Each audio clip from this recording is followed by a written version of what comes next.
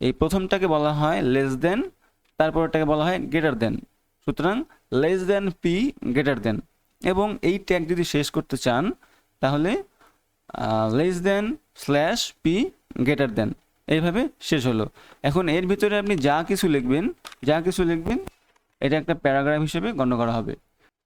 আচ্ছা, আমি প্রথম থেকে একবারে শুরু করতেছি, এবং আমার মাইক্রোফোনটা যেহেতু হাতে নিয়ে কথা বলতে হয়, টাইপিং করতে একটু সমস্যা হচ্ছে। তো আমি একটা ফোল্ডার তৈরি করলাম, নিউ ফোল্ডার, এবং এর ভিতরে আমরা HTML ফাইল ক্রিয়েট করব। তো HTML ফাইল ক্রিয়েট করার জন্য সিম্পলি রাইট ডাউন ক্লিক করে নিউ এসে এখানে টেক্সট ডকুমেন্টে ক্লিক করে এখানে আপনি যে কোনো নাম দিয়ে, আপনি আপনার নাম বা যে কোনো নাম দিয়ে, আমরা আপাতত শিখি, নাম দিয়ে লিখতে হবে .html।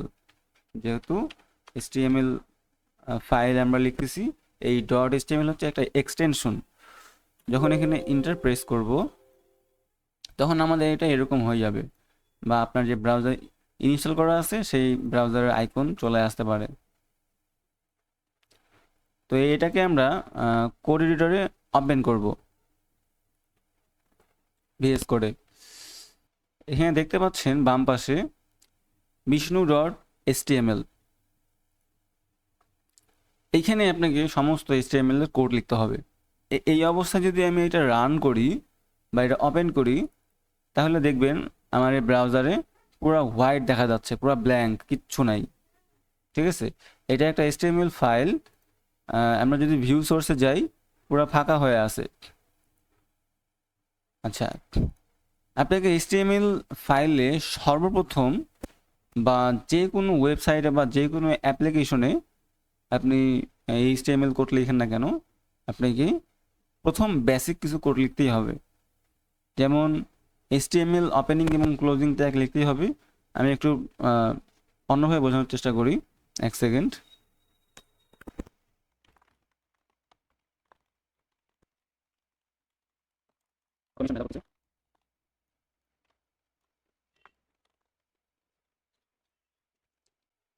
আচ্ছা, আমি যে কোডটুকু লিখলাম এটা হচ্ছে একদম বেসিক কোড, এটা আপনাকে লিখতেই হবে।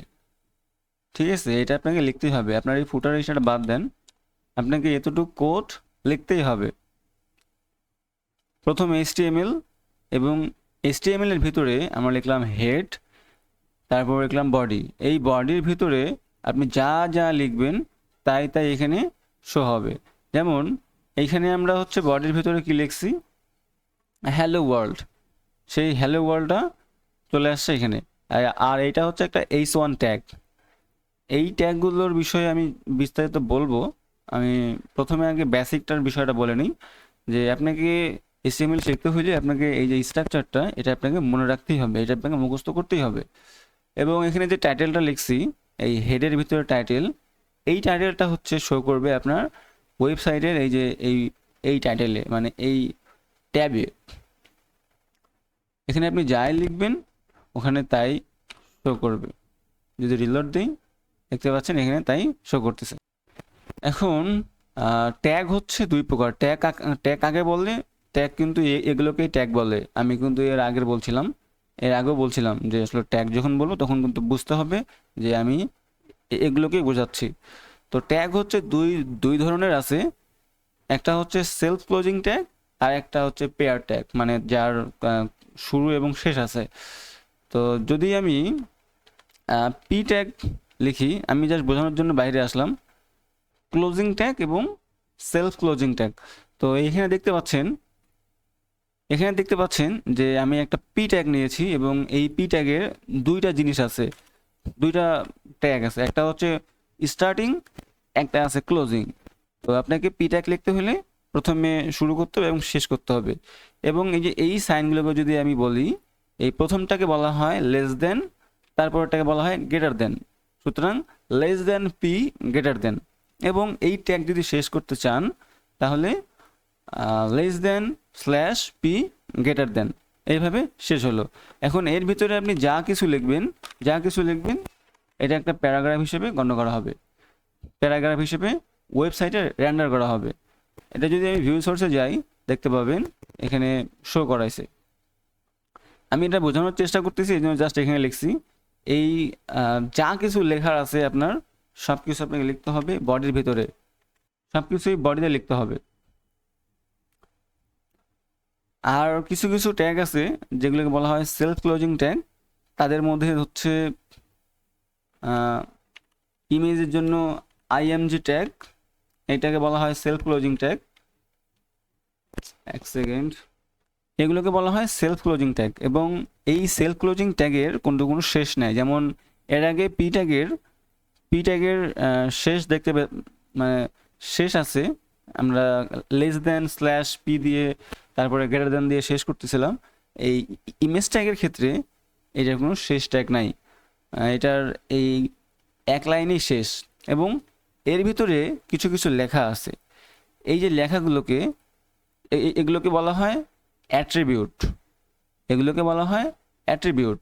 এই যে এখানে এসআরসি অ্যাট্রিবিউট দেখতে পাচ্ছেন, এই এসআরসির ভিতরে যে লেখাটা আছে এটা হচ্ছে আপনার ছবির প্যাথ বা ছবির লোকেশন। আশা করি বুঝতে পারছেন। এখানে আপনার ছবির লোকেশনটা দিতে হবে, তাহলে সেই ছবিটা ওয়েব ব্রাউজারে শো করবে। এবং এটা হচ্ছে অল্ট ট্যাগ, মানে অল্ট অ্যাট্রিবিউট। এটার বলা হয় যে অল্টারনেটিভ টেক্সট, মানে যখন এই ইমেজটা লোড হবে না বা এই ইমেজটা পাবে না তখন এই টেক্সটটা শো হবে। এখন আমি যদি এখানে যে কোনো একটা জিনিস লিখি এবং যদি রিলোড দেই, তাহলে দেখতে পাচ্ছেন এখানে একটা ইমেজ আইকন শো করতেছে। আমি এটা বড় করলাম, এখানে একটা ইমেজ আইকন শো করতেছে এবং পাশে কিছু লেখা আছে, যে লেখাটা এটা। যেহেতু এই ইমেজের লোকেশনটা ভুল, একটা ডামি, তাই এই টেক্সটটা শো হয়েছে। যদি এই ইমেজের লোকেশনটা সঠিক হইতো তাহলে আমরা ইমেজটা দেখতে পেতাম। আশা করি বুঝতে পারছেন। আমি একটা ছবি নিয়ে এসে আপনাদেরকে দেখানোর চেষ্টা করি। আচ্ছা, আমি এই ছবিটাই এই ফোল্ডারে নেই, এইখানে পেস্ট করতেছি। এবং এই ছবির যে নাম এটা হচ্ছে এটা। আসলে এক হাত দিয়ে মাইক্রোফোন ধরে এক হাত দিয়ে সব কিছু করা কষ্ট হয়ে যাচ্ছে। এটা হচ্ছে ইমেজের লোকেশনটা বা ইমেজের যে নেম সেটা। এখন এটা যদি আমরা এখানে পেস্ট করে দেই এবং রিলোড দেই, দেখতে পাচ্ছেন যে ইমেজটা শো হয়েছে এবং বড়, তো ওই জন্য এই অবস্থা, ইমেজটা অনেক বড় করে শো হয়েছে। তো আমরা এই ইমেজের ভিতরে আরও বেশ কিছু অ্যাট্রিবিউট লিখতে পারি, যেমন হাইট হবে কত, উইডথ হবে কত, আমরা সেটা সেট করতে পারি। আমি একটু দেখাই।